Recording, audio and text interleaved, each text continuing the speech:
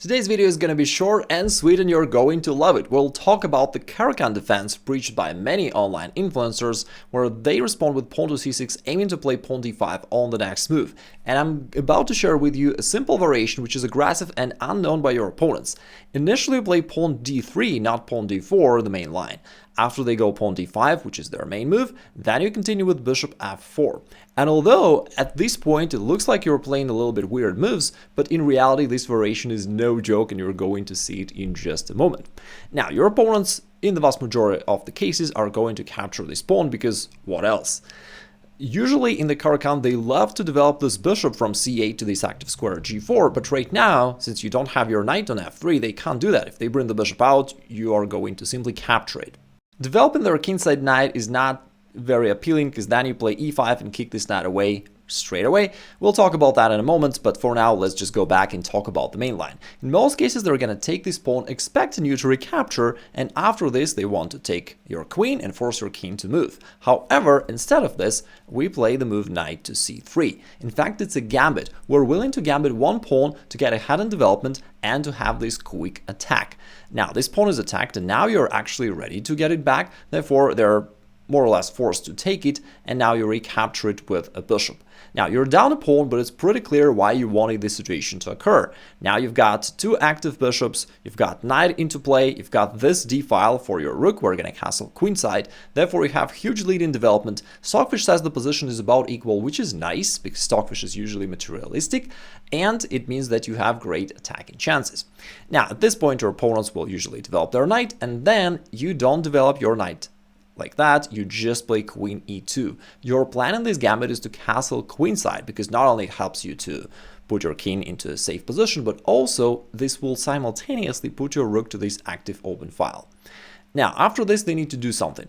Usually they will develop the bishop to g4, again, because otherwise there aren't that many options that your opponent can possibly choose from. They can't develop the bishop here to f5 because you control this square, and if instead they just play e6 straight away, they could do this, but now the bishop is completely dull, it just can't get out. And your plan will remain to be the same no matter what, so regardless of your opponent's moves, you're gonna be doing all the same stuff. Bishop g4 is what they play, but now since you don't even have your knight on f3, that's not even a pin, and you can just play f3 and kick this bishop straight away on this passive position, bishop h5, and then you castle queenside.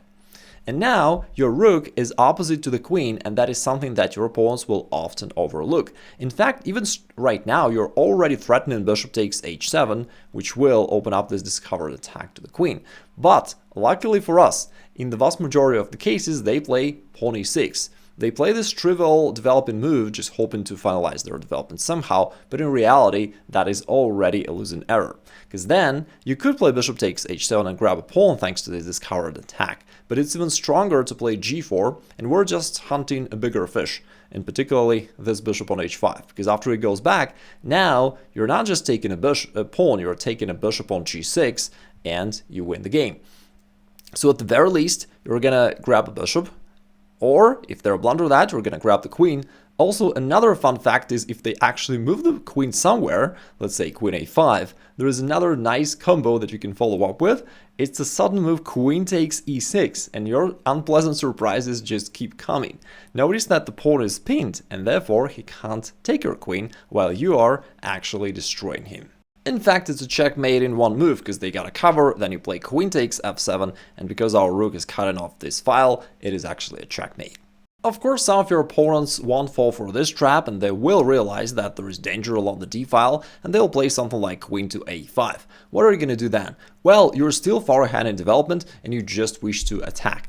The move that I like here the most is a simple developing move, knight to h3. We need to develop this knight anyway, and since these squares are taken, we're developing it to h3. Usually a knight on the rim is dim, but not in this case. This knight is going to help us a lot.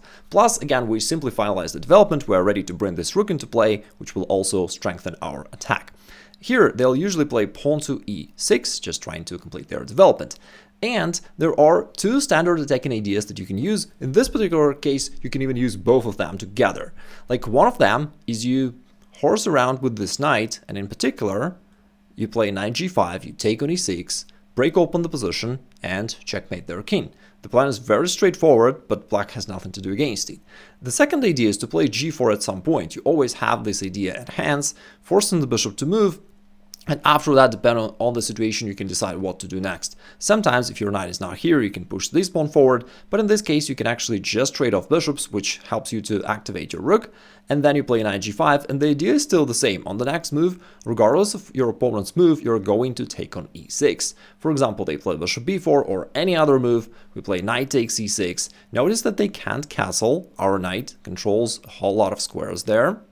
Therefore, they have to take it. Now, queen takes c6, and that is basically the end of story. You just attack the king. There's nothing they can do. If they play bishop e7 or anything, you've got rook e1, putting more pressure, threatening queen takes c7. You've got bishop d6 if necessary, and they're completely defenseless. Can your opponent do anything else other than resigning and crying his eyes out? Well, he can try knight f6, but then you play e5 and you kick out this knight straight away. The knight has to move either back to the starting position knight to g8, which is very sad, or to d7, but that is also quite awkward. Now all these pieces cannot be untangled easily, and you just play knight f3, and after that it will likely become something similar to the French defense. Let's say in a situation like that, where you build up this nice pawn chain, play bishop d3, castle, and you have a nice version of the French defense, and you also fooled your opponent, because usually in the Caro-Kann, they try to develop this bishop to g4 first, but now they can't do that, and they get stuck into this passive position. Another thing they may try is they can try to deny your gambit. After you play knight c3, instead of taking this pawn, they may chicken out and play something like knight f6. But now there is a difference. Now as you get this pawn back, after they take on d1, you don't have to move the king anymore, because now you completed your queenside development, and you are ready, of course, to recapture with the rook, putting the rook to this open file, and your position is just great. He's got one piece in the game, you've got three, you control the open file, you control the center, life's good. They usually go bishop g4, but again, the move is not really effective as you don't even have your knight there. Therefore, you can play pawn f3, and now this barrier of pawns is just a wall against this bishop, and it becomes totally dull. After bishop h5, you can even keep pressuring this bishop straight away with something like g4, h4, and maybe you're going to capture the bishop by playing h5. If they go h5 themselves, then now you can push the other pawn forward, kicking the knight back.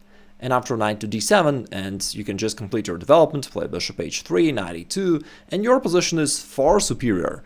Like, this bishop on g6 is still dull, your pawns are barricading the way, you're controlling the open file, you control the center, your two bishops are strong, you're ahead in development, like everything that you could wish you got it here, and it's close to be strategically winning for white here. By the way, if you want to brush up your positional chess so that you know how to play such positions when there is no direct attack, but you just need to build up your position and accumulate advantages, I have a free masterclass. You can access it by clicking on the link below the video, and I'll be happy to share with you my tips about that.